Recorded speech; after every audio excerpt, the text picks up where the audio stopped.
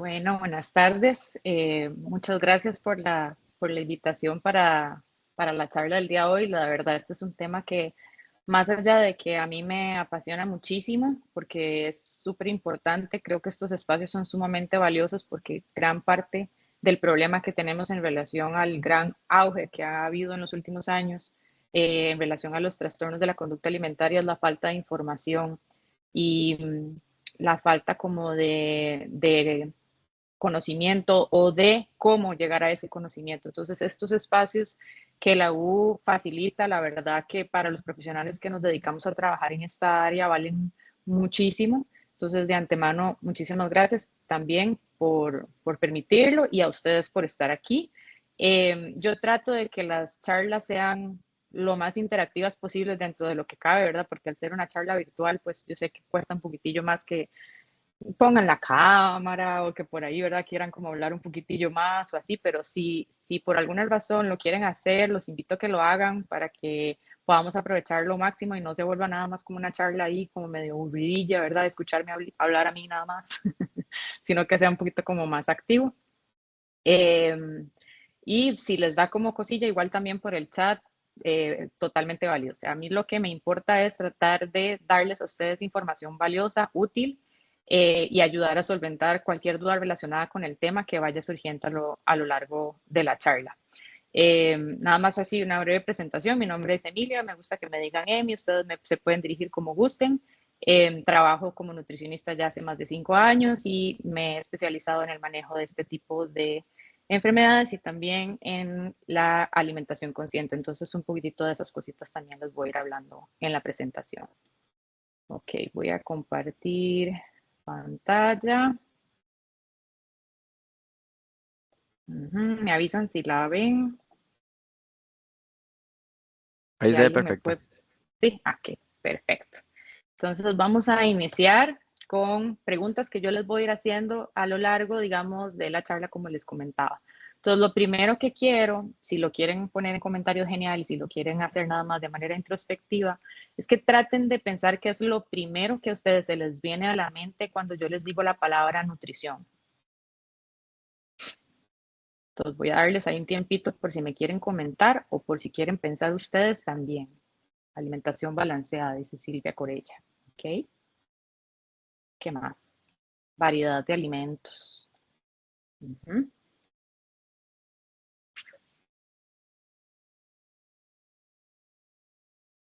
Bajar de peso.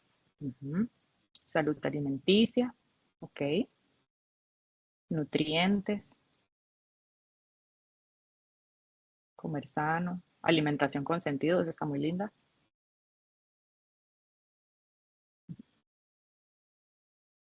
Ok, perfecto.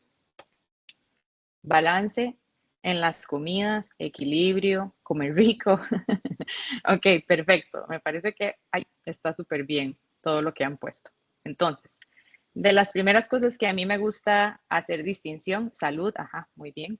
En relación al tema de nutrición y este tema que vamos a tratar en específico, es justamente quebrar tal vez con algunas asociaciones que se han hecho a lo largo de la historia en relación al nutricionista o la nutrición en general y su función. Muchas personas, perdón, tienden a asociar la nutrición con dieta, restricción o se va al nutricionista para que me haga perder peso o para cambiar la forma de mi cuerpo y a veces llegan y le dicen a uno, ¿cómo es que yo quiero que usted me baje esta llantita o que usted me quite aquí o me haga que yo me vea de cierta forma? Como que de cierta forma nosotros fuéramos un tipo como de escultor de cuerpos, ¿verdad? Entonces, eso es complicado y yo creo que la principal culpa viene de no las personas, sino en cómo se ha promocionado la nutrición en la sociedad, ¿verdad? Y cómo se ha asociado muchas veces a justamente eso, a pérdida de peso, a control, a restricción, a culpa, a alimentos permitidos, alimentos prohibidos, ¿verdad? Se habla mucho como desde contar y medir absolutamente todo y poco se habla de lo que realmente es nuestra función, digamos, en esta área y lo que deberíamos promover en las personas que nosotros acompañamos. Entonces, para mí, nutrición es asegurarme que las personas obtengan un aporte suficiente de nutrientes. ¿Y por qué me voy con suficiente subrayado? Porque casi la mayoría de las personas o cuando se habla de nutrición, se habla mucho desde elimine tal, disminuye tal, quite tal, ¿verdad? Y poco se habla de cuáles son nutrientes que nosotros deberíamos estarnos enfocando en mejorar su consumo para obtener beneficios, no solamente beneficios físicos, sino también a nivel de salud mental y también a nivel, por ejemplo, de si yo tengo alguna condición médica en especial, cuáles son esos nutrientes que me van a ayudar a sobrellevar mi enfermedad de una manera muchísimo mejor, ¿verdad? O si yo más bien soy una persona que hace deporte, cuáles son los nutrientes que más me van a ayudar a tener ese desempeño que yo ando buscando, etcétera. Entonces, dejar de verlo desde el menos y más bien hacia el más. Justamente nos lleva a la siguiente, ¿verdad? Que haya variedad en la alimentación, que haya inclusión de los diferentes grupos de alimentos, que tratemos de que los platos se vean diversos, donde haya una diversidad de nutrientes y no nada más como quitar y quitar y quitar. El placer al comer, que me gustó que alguien puso ahí, comer rico, y es exactamente eso. Para nosotros, digamos, la alimentación no debería ser vista como, por ejemplo, un esquema de medicación en el cual yo estoy comiendo esto porque fue lo que me dijeron que tengo que comer y cada vez que tengo que comer es un calvario. O sea, realmente la paso mal, no me gusta, ¿verdad? La idea es que la alimentación esté conectada con el placer porque es una parte importante de quienes somos nosotros como seres humanos. Es una fuente de placer importante que si la quitamos va a tener otro montón de problemas en nuestra salud, especialmente a nivel de salud mental. Tenemos que promover una buena relación tanto con la comida, con el cuerpo, que eso es algo que muchas personas no saben, digamos, que el nutricionista también debe trabajarlo y lamentablemente por la misma desinformación que hay hasta en el mismo gremio de los nutricionistas en relación a estos problemas, es que muchas veces ahí en la consulta es donde podrían empezar los problemas con el cuerpo o con la relación con la comida. Entonces con esto hay que ser sumamente cuidadosos. Nosotros debemos promover un bienestar integral y cuando me refiero a integral, nuevamente, no me refiero solamente a la salud física, me refiero a la salud mental, a la salud emocional, a la salud psicosocial, ¿verdad? El hecho de que ustedes, por ejemplo, si alguno o alguna conoce a alguien o ustedes mismos han estado alguna vez en un régimen de alimentación que ven que no pueden comer afuera porque las pautas que les están dando no se los permite o porque hay tanto temor por comer que prefieren evitar salir a ciertos círculos sociales, digamos, porque eso significa comer algo fuera de lo que está estipulado. Entonces, todo eso, en definitiva, nos va a afectar y nos va a generar un riesgo aumentado de poder desarrollar una mala relación con la comida y con el cuerpo. Y por último, pero no menos importante, conexión. Y esto para mí es súper importante porque creo que muchas veces subestimamos el poder que tenemos de conectar a través de la comida. Si ustedes observan, nosotros como personas, casi que todas las cosas que nosotros hacemos a nivel social o la forma en que nosotros muchas veces conectamos con nuestras familias, con nuestros compañeros, nuestros amigos, casi siempre hay comida involucrada. Entonces, al momento de que yo empiezo a decirle a una persona, que tal alimento es malo o que tal alimento le tiene que eliminarlo, no, y no me voy a averiguar un poquitito más de qué significado podría llegar a tener ese alimento para esa persona, puedo estar dañando justamente eso, parte de su identidad inclusive. Piénsenlo también por si alguna vez se han ido de viaje o han estado fuera, digamos, del lugar donde viven por cierto tiempo y cuando regresan, lo primero que uno dice es, uy, qué rico ir a comer pinto con huevito y plátano maduro, ¿verdad? Un desayuno así muy típico, me hace falta un casado, ¿verdad? Y es porque justamente la forma en que nosotros comemos a lo largo de la vida, tanto a nivel familiar como a nivel de cultura y país, es parte de nuestra identidad. Entonces, el nutricionista debe cuidar también todos esos aspectos, ¿ok? Si tienen alguna duda, ya saben que me pueden escribir en el chat. Entonces aquí yo les puse un pequeño parrafito. El profesional en nutrición debe no solo mejorar la calidad nutricional de la alimentación de las personas, sino además acompañar, observar y cuidar la relación que cada persona construye con la comida y con su cuerpo. ¿Ok? Vamos con la segunda pregunta, que esta es una muy importante para el tema de hoy. ¿Qué has escuchado hablar sobre los trastornos de la conducta alimentaria? Me pueden decir, nunca los he escuchado, no tengo ni idea, o lo que sea que se les venga a la mente.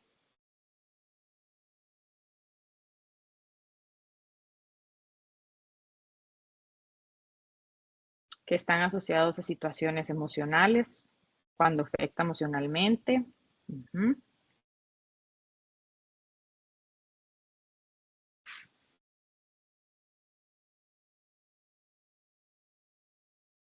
La anorexia. Ujú. Ok, muy bien. A veces se habla de ellos como desórdenes alimenticios. Muchas veces se refieren así, no tener tiempos de alimentación definidos y está ligado a situaciones psicológicas. Muchas ocasiones estos surgen a traumas o trastornos no tratados o bien limitaciones dadas a la niñez, totalmente. ¿Ok? Están asociados a problemas relacionados con la relación con la comida. Ujú. Ok, ok, perfecto. Entonces, aquí yo les traigo una definición, que la definición en sí está un poquito amplia. Lo que más me interesa que nos quede a todos es los trastornos de la conducta alimentaria son grupo de enfermedades psiquiátricas, ¿ok? Eso es como lo más importante de todo el texto. ¿Por qué? Porque la gente cree usualmente que estas enfermedades están asociadas a la alimentación y si bien la alimentación se ve afectada, el problema no reside, digamos, a nivel de alimentación. O sea, a lo que quiero dar a entender es que son enfermedades sumamente graves, sumamente complejas, que requieren un abordaje no solamente de un nutricionista, se requiere un psicólogo, empezando porque es un psicólogo o un psiquiatra quien hace el diagnóstico. Se requiere de médicos especialistas que conozcan el manejo de estas enfermedades también. Muchas veces se requiere terapeuta de lenguaje o ocupacional, o también se requiere, por ejemplo, médico internista. O sea, hay como muchas áreas que, dependiendo del caso, se van a necesitar que participen. Pero ¿por qué lo digo? Porque uno de los mitos más grandes que hay en relación a este tipo de enfermedades es que es algo como de voluntad, ¿verdad?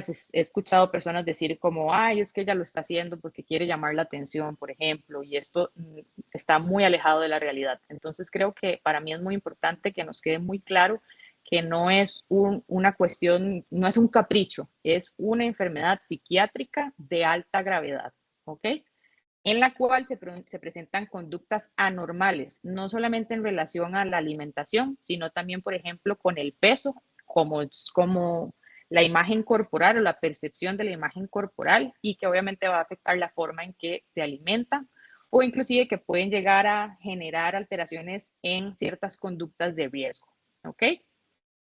Este es un problema o es una enfermedad que va a generar afectaciones a la salud tanto física como mental y psicosocial. O sea, afecta a todas las áreas.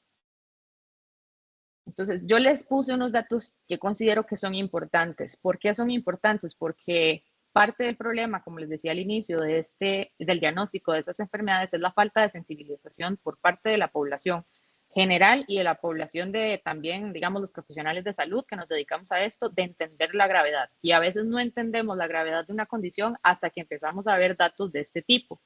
Entonces, el primero son enfermedades mentales serias, con una morbilidad y mortalidad médica y psiquiátrica significativa que puede poner en riesgo independientemente del peso corporal del individuo. Eso también es súper importante porque usualmente cuando pensamos en trastornos de la conducta alimentaria,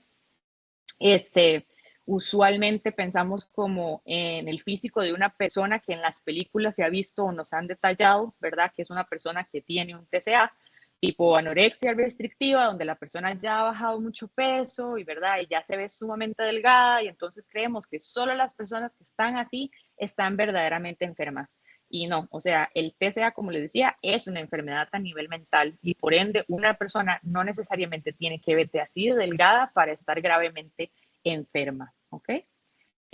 Todos los TCA pueden ser asociados con complicaciones médicas serias que afectan todos los sistemas y órganos del cuerpo. Y esto es súper importante también porque, nuevamente, no es solamente una cuestión de peso, o sea, que una persona desarrolle un TCA, que es el diminutivo de trastorno de la conducta alimentaria, así me van a escucharlo decir mucho porque si no, se hace larguísimo.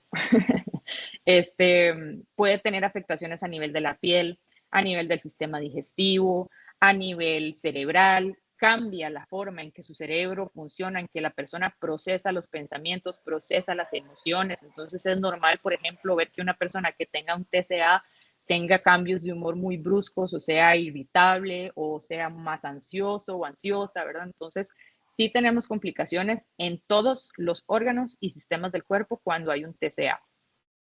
Las consecuencias médicas de los TCA pueden pasar desapercibidas aún para los profesionales de salud más experimentados. Y ahí los voy a llevar a hacer una reflexión. Piensen ustedes, cuando han ido alguna vez al médico o inclusive al nutricionista, a veces nos dan un formulario, ¿verdad? Un formulario donde viene una lista de enfermedades y nos preguntan cuáles de esas enfermedades nosotros padecemos, ¿verdad? Entonces, ¿qué viene? Que hipertensión o presión alta, diabetes, alguna enfermedad del corazón, y ahí tenemos que ir marcando, ya sea enfermedades que tengamos nosotros o nuestra familia. Piensen si alguna vez en alguno de esos formularios les han preguntado si ustedes tienen un TCA. En lo personal, puedo decir que a mí nunca. Y la mayoría de los pacientes a los que yo atiendo, que no vienen referidos de psicología, ¿verdad? Tienen la misma experiencia. ¿Por qué? Porque hasta en el ámbito de la salud, este es un tema tabú. Es un tema que muchos profesionales dicen, si no lo hablo, no existe, o por el mismo desconocimiento no se le da la importancia que tiene. ¿Ok? Entonces, no se trata. Y muchas veces pasa, por ejemplo, pacientes que tienen un TCA y que tienen afectaciones, por ejemplo, que le sale el colesterol alterado, el LDL, le sale muy alto. Y es justamente porque la persona está haciendo una restricción calórica o de nutrientes tan severa que su hígado está reaccionando a esa restricción produciendo más colesterol de la cuenta.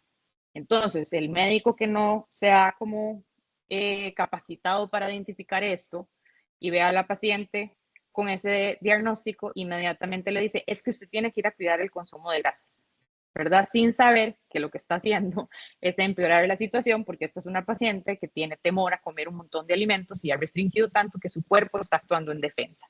Entonces, por eso les comento que sí es muy común que veamos que profesionales que son muy buenos en sus áreas, cuando se trata de TCA, si no han tenido como un acercamiento hacia cuáles son los síntomas, signos y demás, que el pase desapercibido. Los pacientes con TCA tienen los rangos de mortalidad más altos de cualquier enfermedad psiquiátrica, o sea, incluyendo ahí depresión. El riesgo de muerte prematura es de 6 a 12 veces mayor en mujeres con anorexia nerviosa al ser comparadas con la población general ajustado para la edad.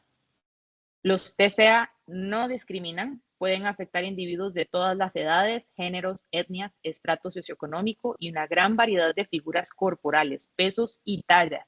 Eso es importante porque cada vez más, lamentablemente, estamos viendo pacientes más jóvenes desarrollar TCA y que cuando ya llegan a la consulta, llegan en un estado muy grave. Entonces, si ustedes tienen, por ejemplo, niños en casa, adolescentes principalmente, pero niños también, ¿verdad? Y ven que algo está cambiando de repente en la alimentación, de repente empiezan a ver que esa personita ya no quiere comer ciertos alimentos o ya está costando mucho que cumpla todos los tiempos de comida o está haciendo ejercicio de manera excesiva o por el contrario no come y de repente se encuentran paquetitos de comida, digamos, alrededor de la cama o así, son cosas que nos tienen que empezar a aprender las alertas, ¿ok? O para uno mismo también, porque uno podría estar teniendo algo así, ¿verdad? Sin darse cuenta, porque como les digo, hay tan poquita información que cuesta un poquitito como sensibilizar en realidad en relación a esto. Entonces también cuando yo les digo todo esto, piensen ustedes en cómo están ustedes con su alimentación, cómo están ustedes con la forma, digamos, en que se mueven, en que se ejercitan, si tienden a hacer compensaciones, si están, ahorita vamos a ver como cuáles son los principales signos, porque yo me estoy adelantando, me encanta adelantarme mis presentaciones, pero bueno, ahí voy tratando de controlarme para ir dándole la información un poquitito más, ¿verdad? A como la tenía planeada, pero en fin, el punto es eso, vayan analizando y prestando mucha atención de las personas que tienen alrededor, inclusive los mismos compañeros de trabajo o demás. Ahora, esto es un tema delicado, si encontramos una persona así que no es familia, ¿verdad? Que no es nuestra responsabilidad, no es tan fácil, digamos, como llegar y decirle, mira, yo creo que tenés un problema, ¿verdad? O sea, eso puede ser como muy fuerte para la persona o inclusive puede poner a la persona como en defensa, ¿ok? Entonces, en ese caso, creo que desde la parte, digamos, de uno querer ayudar, siempre se puede preguntar y decir, ¿cómo estás? ¿Cómo te sentís? ¿Estás bien? Bueno, aquí estoy para lo que sea que necesites. Si ocupas ayuda, conozco de esta terapeuta o conozco de esto, ¿verdad? De diferentes formas, que no sea señalando aquello que nosotros vemos, ¿verdad? Que tal vez está mal porque la persona lo puede ver como un ataque, ¿ok? Mm, Hay un grupo de la Universidad de Harvard que se llama Stripe que reportó que cada 52 minutos fallece alguien por una complicación de un TCA. Se estima que solamente un 20% de quienes realmente tienen un TCA llegan a recibir tratamiento y alrededor del 20% de quienes padecen anorexia nerviosa mueren por suicidio y otros mueren como resultado de casos naturales relacionados con la anorexia. Que eso pasa mucho, que en hospital llega la persona ya en un estado muy grave, pero muere por una falla cardíaca. La falla cardíaca, digamos, claramente fue la razón por la cual se murió, pero la verdadera razón que hay detrás de la falla cardíaca es la desnutrición tan severa que la persona ha tenido por un tiempo muy prolongado que llevó su cuerpo a un estado de ya, ¿verdad?, colapso. Entonces, aunque se ponga como que la causa de muerte fue la falla cardíaca, verdaderamente fue la anorexia en este caso, por ejemplo. ¿Ok? ¿Tienen dudas por ahí o vamos bien?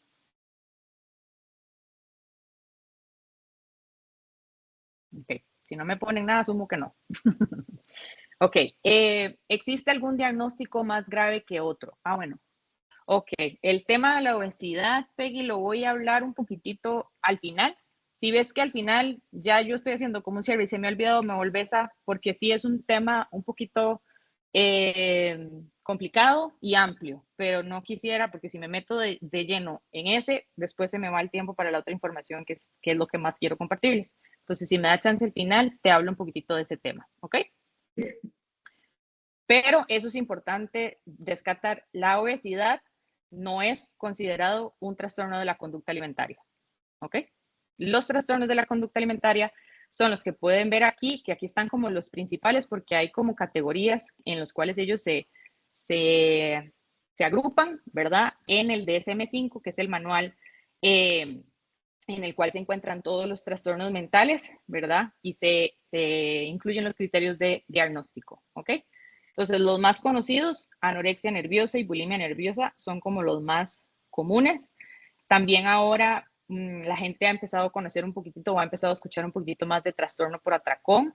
Está también lo que sería el TERIA o el ARFID, que ese es como el trastorno de la conducta alimentaria más recientemente incorporado en el DSM-5, que es trastorno evitativo de la restricción, perdón, evitativo restrictivo de la ingesta de alimentos. El trastorno por rumiación, también está PICA en adultos o en niños, y tenemos trastornos de la conducta alimentaria no especificados.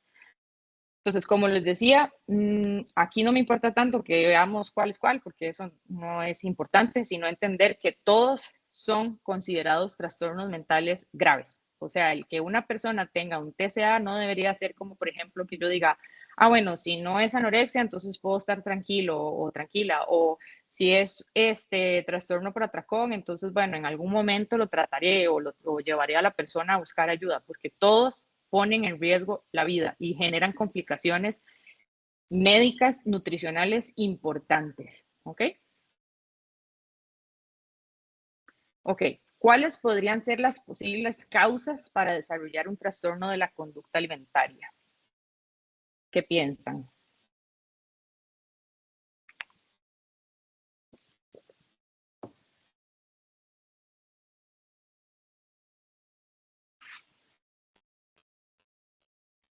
El estrés.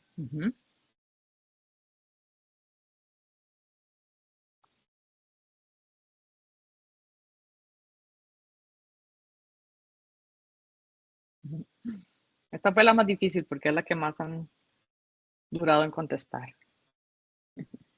Presión social, ansiedad, hábitos familiares, tristeza, historia de violencia, muy bien, conductas normalizadas, qué linda esa. Publicidad, ok. Ok, perfecto. Sí a todas.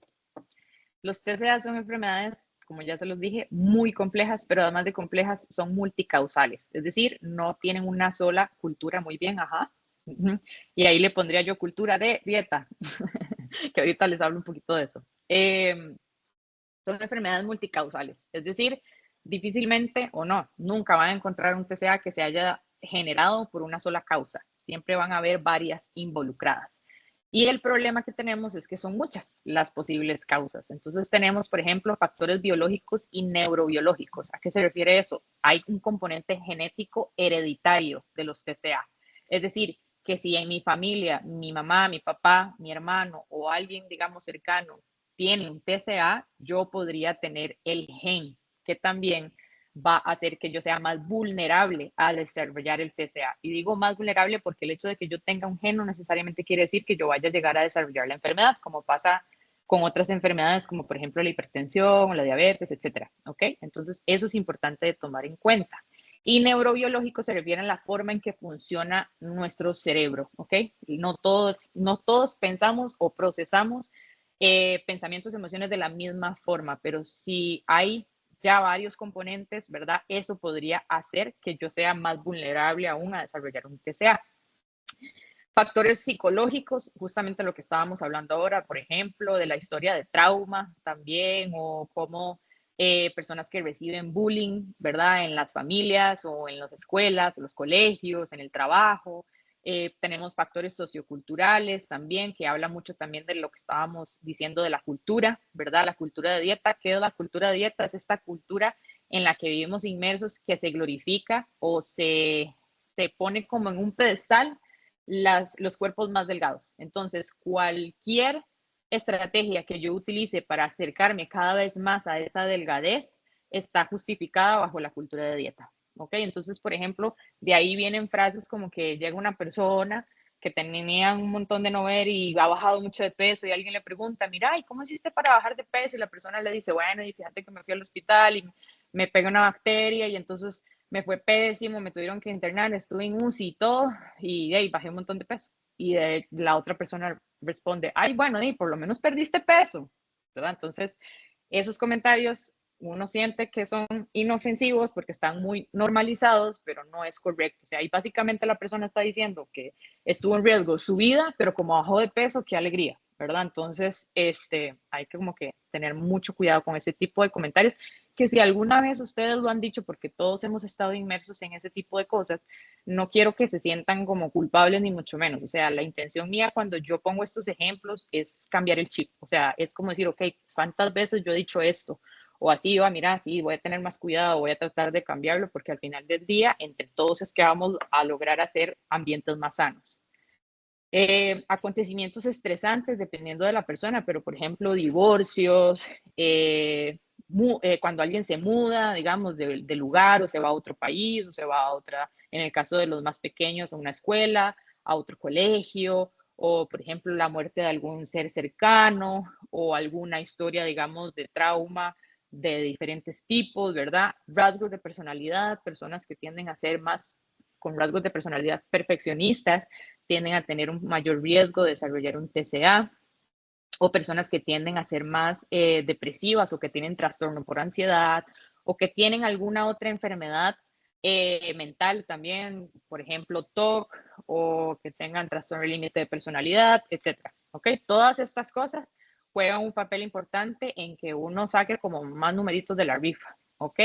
Ahora, el más importante, no porque sea el más importante de todos, sino porque es el que se repite en la mayoría de los TCA, es haber hecho una dieta restrictiva en algún momento de su vida. Usualmente es el mecanismo no solo central, sino inicial de un TCA.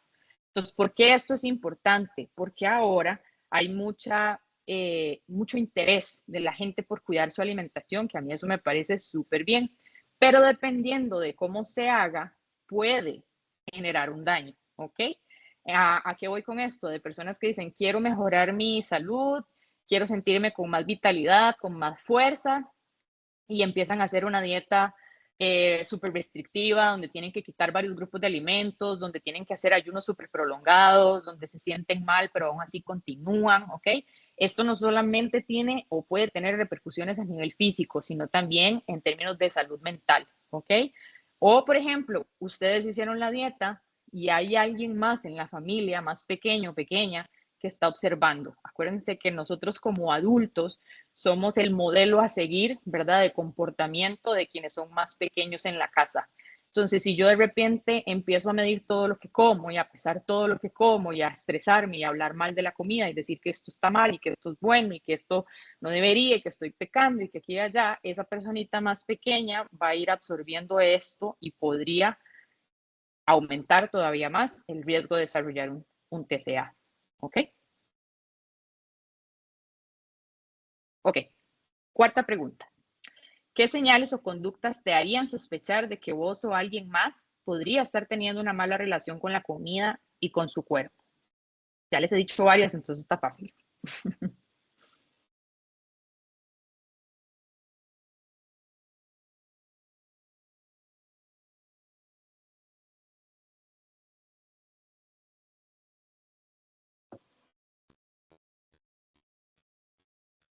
Ujú. Quitar grupos de alimentos, signos de asco al comer. Ujú. Esa es muy buena. Restricciones alimenticias, correcto. Ahora, esa de restricciones es súper importante porque hoy en día hay condiciones muy específicas, ¿verdad? Y entonces, si una persona tiene, por ejemplo, un diagnóstico de celiaquía, por su bienestar físico y mental también necesita eliminar el gluten de su alimentación. Pero ahí es donde le digo que uno como profesional tiene que tener como mucha agudeza en poder discriminar si la persona realmente está haciendo la restricción porque tiene el diagnóstico o porque escuchó, por ejemplo, que eso era mejor y entonces de ahí empiezan de quitar el gluten a quitar otros alimentos. Entonces también hay que como que tener cuidado con esa parte. O, por ejemplo, personas que de repente deciden hacerse vegetarianas. Y yo no tengo nada en contra de la alimentación vegetariana. De hecho, tengo muchos pacientes que tienen alimentación vegetariana y me encanta porque les encanta comer súper variado. Entonces, para los nutricionistas es como, pero al mismo tiempo refiere un reto, ¿verdad? Para uno en términos de ver si la persona está escogiendo una alimentación vegetariana por las razones correctas o porque podría por ahí estarse asomando un TCA que todavía no ha sido diagnosticado. Afirmaciones que reflejan dismorfia corporal, ajá, ajá. Hacer ejercicio excesivo, aislamiento social, correcto, perfecto, ok. Entonces sí, en efecto hay un montón de alarmas. Ahora, esto es importante. No porque algo de eso esté, necesariamente quiere decir que hay un TCA. Y eso es un tema complejo, ¿verdad? ¿Por qué? Porque en el espectro, digamos, de la relación con la alimentación, tenemos una relación con alimentación saludable, una alimentación disfuncional y un TCA. Va como con esos niveles. En alimentación disfuncional es donde está la mayoría de las personas, ¿verdad? Que no necesariamente tal vez tengan un TCA o cumplan con los criterios de diagnóstico de un TCA, pero sí tienen una mala relación con la comida y con su cuerpo. Y igual eso hay que trabajarlo y atenderlo, porque si no se trabaja y se atiende, eso eventualmente podría convertirse en un TCA. ¿Ok? Entonces, justamente como estaban diciendo ustedes, una alimentación rígida, ¿verdad? Ese tipo de persona que no se sale bajo ninguna circunstancia de lo que va a comer o de lo que quiere comer, o como les digo, que cada vez se va volviendo como más estricta y más, no sé, como escrita en piedra, ¿verdad? Hay que entender que la alimentación es algo que, como les decía al inicio, es parte de nosotros y también hay semanas en que uno come de una manera y después pasó algo en el trabajo y esta semana pues tuve que cambiar un poco y está bien, o sea, la flexibilidad alimentaria debe ser algo que nosotros podamos aprender a incorporar dentro de nuestras vidas, porque muchas cosas afectan la alimentación. Si, por ejemplo, tuvimos un evento familiar difícil, eso va a hacer que nuestro apetito se reduzca y por ende nos cueste un poquitito más comer. No quiere decir, ¿verdad?, que no vamos a comer del todo, pero definitivamente si ya yo empiezo a ver que yo o otra persona está teniendo como esa rigidez alimentaria, ya son como alarmitas que tenemos como que ir observando. Obsesión por lo que se consume, personas que ustedes ven o ustedes mismos, digamos, y constantemente están revisando etiquetas nutricionales y asegurándose que no se pase un gramo de grasa, o están contando calorías, o están pesando todo lo que comen. Si no es, digamos, una persona que hace un deporte específico, y aún con deporte hay que tener cuidado.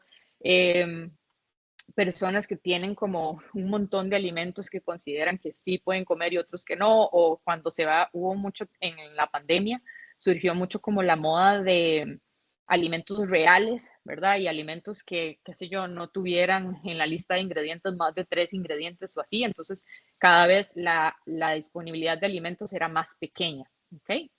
Obsesión por el valor nutricional de los alimentos, que ya les mencioné, negarse a comer muchos alimentos, o en el siguiente caso, digamos, eliminar por completo grupos de alimentos. Y esto es difícil, ¿verdad? Porque nuevamente, como les digo, vivimos en una sociedad donde la pérdida de peso y la restricción alimentaria se promueven a costa, o sea, a costa de todo. Entonces tenemos personas que empiezan a eliminar grupos de alimentos porque fueron donde un profesional que les recomendó que quite todas las harinas, que quite las frutas, que quite los lácteos, ¿verdad? Sin tomar en cuenta que, por ejemplo, cuando yo estoy quitando un grupo de alimentos, no estoy quitando un solo nutriente. Hay una gran variedad de nutrientes que se cubren por cada grupo de alimentos, que se agrupan por uno que aportan en mayor cantidad, correcto. Pero, por ejemplo, un huevo no solamente es proteína, el huevo es proteína, el huevo es grasa, es vitamina, es hierro, es vitamina D, o sea, son una serie de nutrientes, ¿verdad? Que mi cuerpo necesita, y que si yo voy a quitar por una razón, como por ejemplo lo que hablábamos ahora de la celiaquía, yo como profesional tengo que ayudarle a la persona a ver de dónde o de qué otro alimento o grupo de alimentos vamos a obtener eso que antes obteníamos de ese alimento y ya no se puede consumir por una razón médica, ¿ok? Entonces también hay que tomar eso en cuenta. Personas que se saltan tiempos de comida de manera regular, no asistir a eventos sociales que involucren consumo de alimentos justamente por lo mismo, o evitar, por ejemplo, comer frente a otras personas. Rituales de comida, los rituales de comida son un poquito más difíciles de notar, digamos, para la población en general, digamos, inclusive para los profesionales que no, digamos, que no trabajan con TCA, porque son como más sutiles. Y algunos pueden ser como cositas que uno desarrolla de pequeño y que le gusta mantener, que no afectan nada, y otras pueden ser rituales de un TCA. Entonces, por ejemplo, comer en un plato de cierto tamaño que siempre tiene que ser en ese plato, o parten la comida en pedacitos muy pequeños y la distribuyen de cierta forma, ¿verdad? Son como les digo, esa es como tal vez la más técnica, ¿ok? Ayunos constantes o durante el día. Ahora que estuvo muy de moda el tema del ayuno intermitente y demás, que habían personas que hacen ayunos muy prolongados o ayunos de hasta inclusive 24 horas, ¿verdad? Y refieren tener los dolores de cabeza o así, y aún así continúan con los ayunos. Episodios de comer grandes cantidades de comida, que es lo que se conoce como atracón, ¿ok? Ahora, también es complicado usar la palabra atracón, porque hoy por hoy en redes sociales se utiliza mucho la palabra atracón como una persona que dice, es que yo tuve un atracón, me comí 2 paquetes de galletas Oreo. Y el atracón no es eso. O sea, el atracón es algo muchísimo más fuerte, que no solamente viene acompañado por comer una gran cantidad de comida en un periodo de tiempo más corto, sino además la forma, ¿ok? En que se da del atracón, o la forma en que se comió ese alimento y las consecuencias posterior al atracón, ¿ok? Eh, Conductas compensatorias o purgativas, que en eso incluye, por ejemplo, vómitos autoinducidos, perdón, o por ejemplo, ejercicio excesivo, personas que ustedes ven que, bueno, ahorita lo vamos a ver un poquito la parte del ejercicio, pero personas que no pueden dejar de hacer ejercicio sin importar cómo se sientan, o personas que utilizan mucho fármacos para la pérdida de peso, o suplementos nutricionales orales para la pérdida de peso o para la modificación del cuerpo, ¿ok?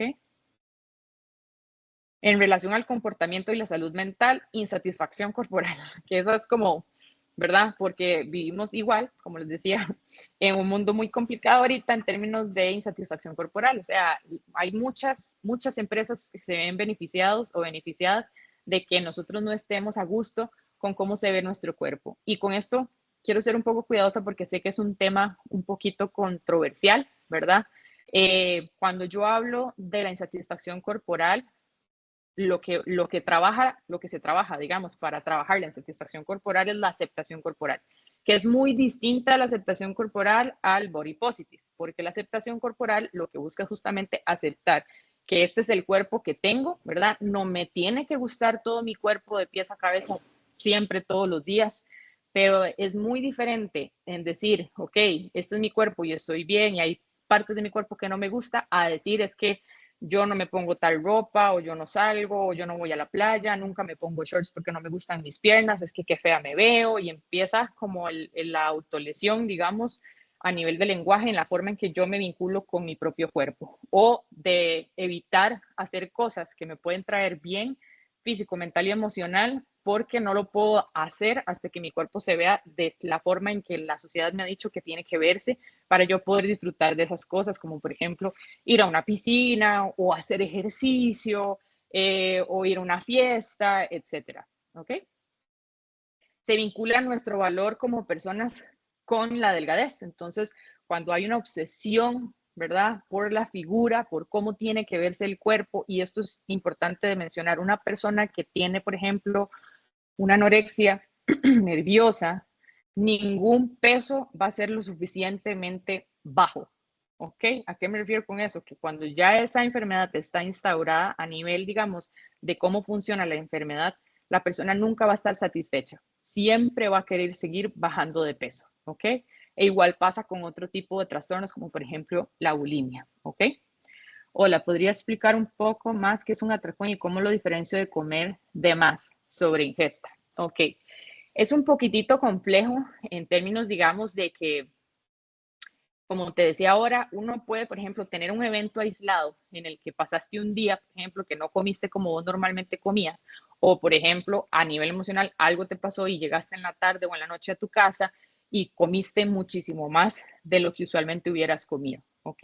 Si es un evento aislado, digamos, no podríamos categorizarlo como un atracón. Un atracón es un consumo de una gran cantidad de alimentos que se come en un periodo de corto muy corto, en un periodo de tiempo, perdón, muy corto. Y usualmente responde a un patrón, ¿ok? ¿A qué me refiero con que responde a un patrón? Que es algo que está pasando de manera constante. No necesariamente tiene que ser todos los días, puede ser que pasa una vez a la semana o inclusive una vez cada 2 o cada 3 semanas. Pero si ya estás viendo que están surgiendo atracones, es importante buscar ayuda, independientemente si hay un diagnóstico de trastorno por atracón o no. ¿Por qué? Porque los atracones usualmente aparecen porque hay algo que no se está cubriendo bien a nivel nutricional. Cuando hay una restricción, los atracones toman fuerza. Entonces, ahora es muy común que las personas tengan como esa sensación de atracón muy recurrente sin necesariamente tener el TCA. ¿Por qué? Porque se ponen a hacer dietas donde les hacen unas restricciones muy severas y el cuerpo va a responder. O sea, nuestro cuerpo es muy sabio y si el cuerpo no obtiene lo que tiene, va a hacer lo que sea para que nosotros eventualmente hagamos lo que el cuerpo necesita. Y el atracón es una forma de responder a esa falta de energía o de nutrientes que nuestro cuerpo está necesitando. Entonces, si sospechas que podrías vos o alguien más estar teniendo atracones de una vez, lo mejor que yo recomendaría es iniciar un proceso, digamos, con algún profesional, ya sea de nutrición o psicología, ojalá especializado en esta área, para que te ayuden a descifrar, porque no siempre es tan fácil la distinción, ¿ok? Pero entonces, para que te den una guía adecuada o a la persona que esté cerca, que le den una guía adecuada para poder tomar en cuenta qué es lo que está pasando y ver cómo se puede ir trabajando, ¿ok? Me avisas si no te contesté o si te queda alguna duda. ¿Ok? Preocupación excesiva en torno a la figura corporal, que ya lo hemos hablado. El body checking, que es como el estarse pellizcando, revisando, viéndose constantemente de manera obsesiva en el espejo o midiéndose, pesándose. ¿Ok? Ejercicio excesivo, pérdida de peso o fluctuaciones constantes de peso también podrían estar indicando un TCA. Inestabilidad emocional, mayor irritabilidad, mayor ansiedad, aislamiento social, pensamiento constante centrado en la comida, es un mecanismo de defensa del cerebro también, estado de ánimo depresivo o cambios en las relaciones interpersonales. Personas que de repente empiezan a no querer salir con los amigos o la pareja o la familia, ¿verdad? Y se empiezan cada vez a aislar más. Ok, ¿qué podemos hacer para prevenir un TCA?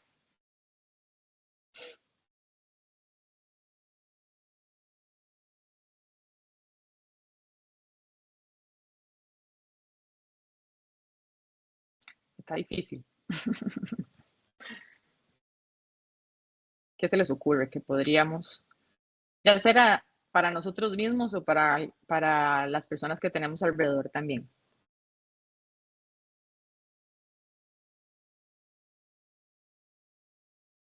Ni idea.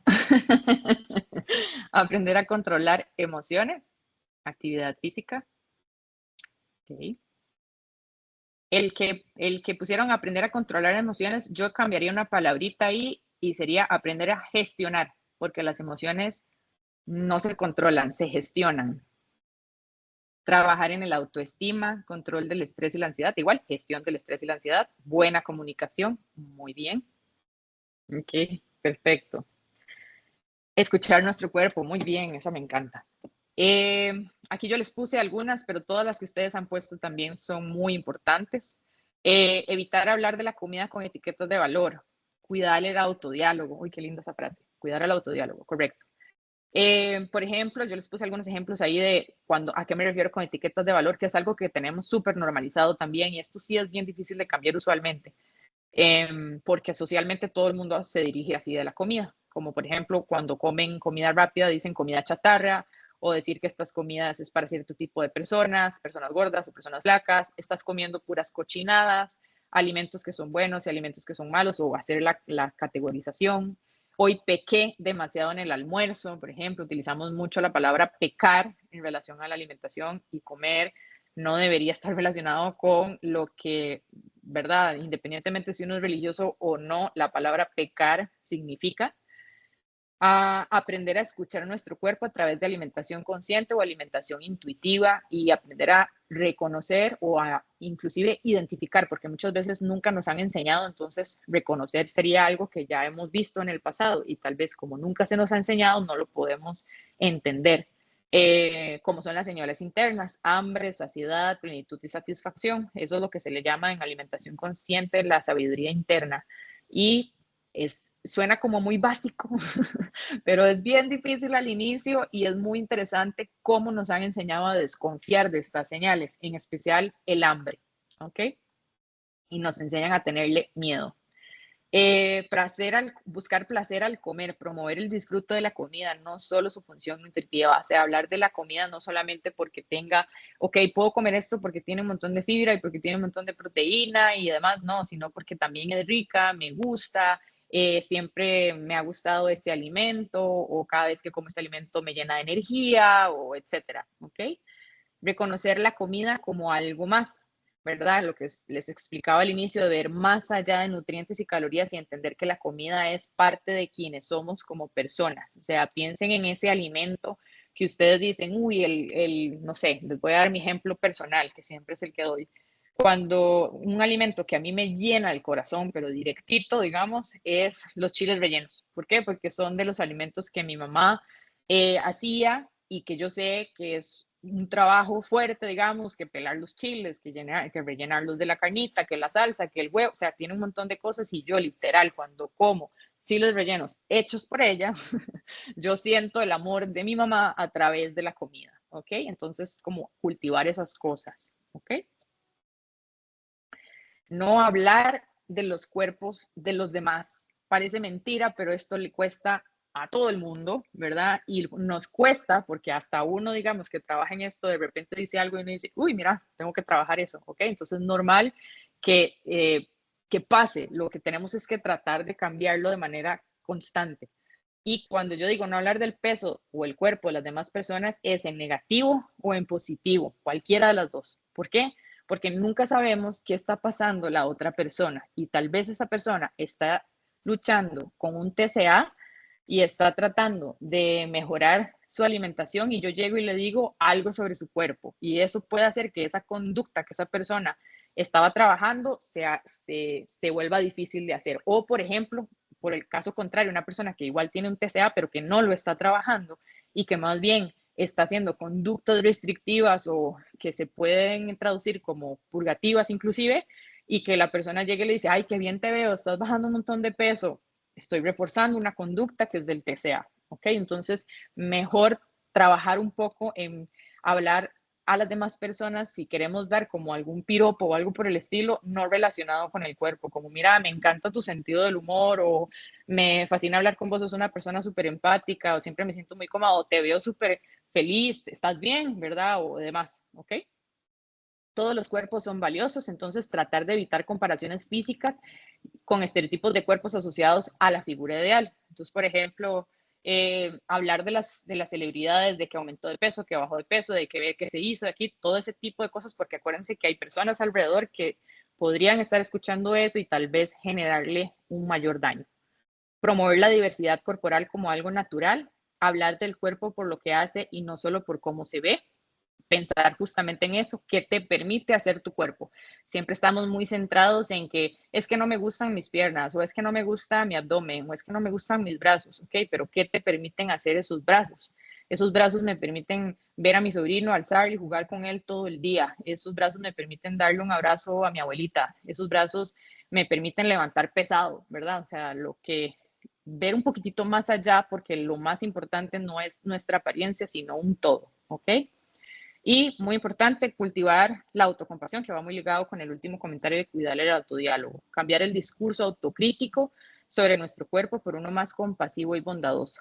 A mí me gusta hacerles el ejercicio de que cuando se encuentren a ustedes mismos o mismas haciendo eso, digamos, de que se vieron en el espejo y empezaron a criticar algo de su cuerpo o algo que no les gustó, escuchen lo que están diciendo y piensen si esas mismas palabras que están eligiendo para hablarse a ustedes mismos las utilizarían para hablarle a alguien que ustedes aman. ¿Okay?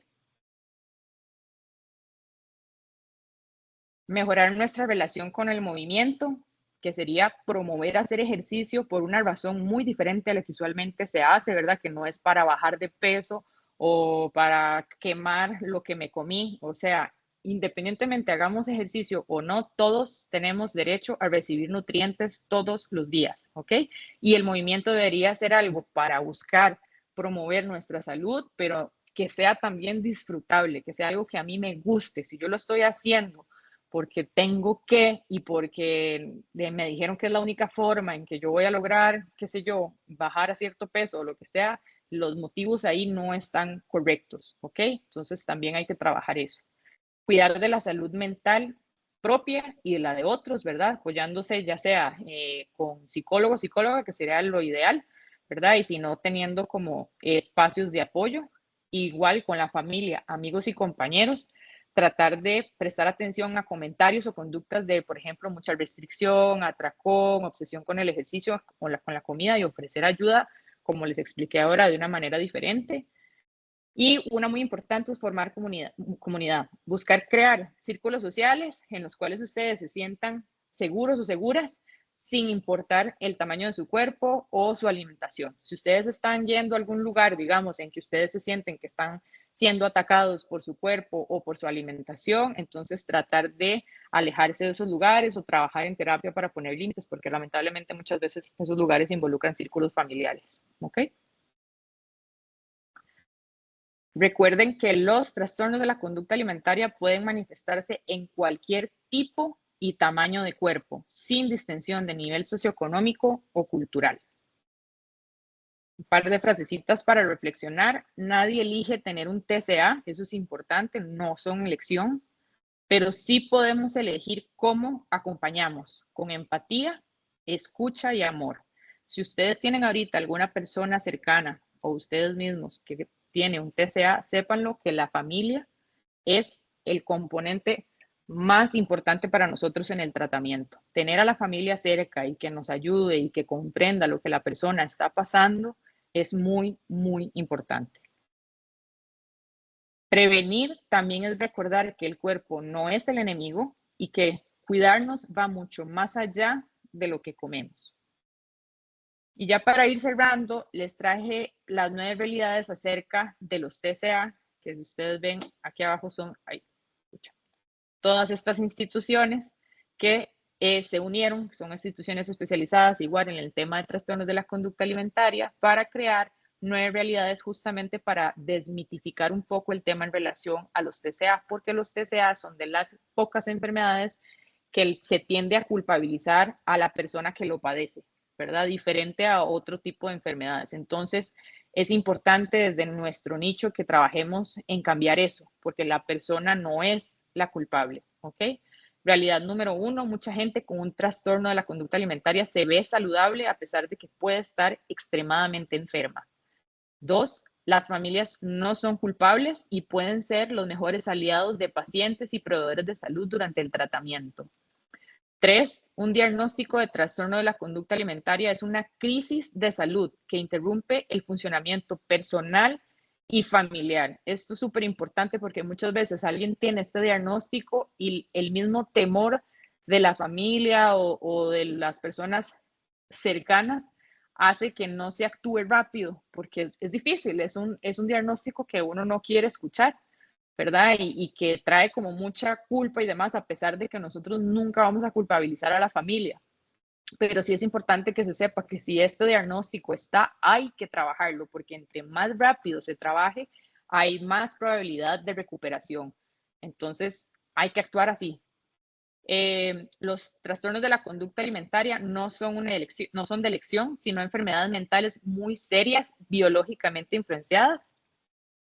5, los TCA afectan gente de todas las edades, sexo, raza, etnias, orientación sexual y estatus socioeconómico. 6, los TCA conllevan tanto un mayor riesgo de suicidio como de complicaciones físicas y médicas. 7, los genes y el ambiente juegan un papel importante en el desarrollo de los trastornos de la conducta alimentaria. 8, los genes por sí solos no predicen quién desarrolla un trastorno de la conducta alimentaria. Y 9, la recuperación completa es posible en los trastornos de la conducta alimentaria. La detección e intervención temprana son muy importantes.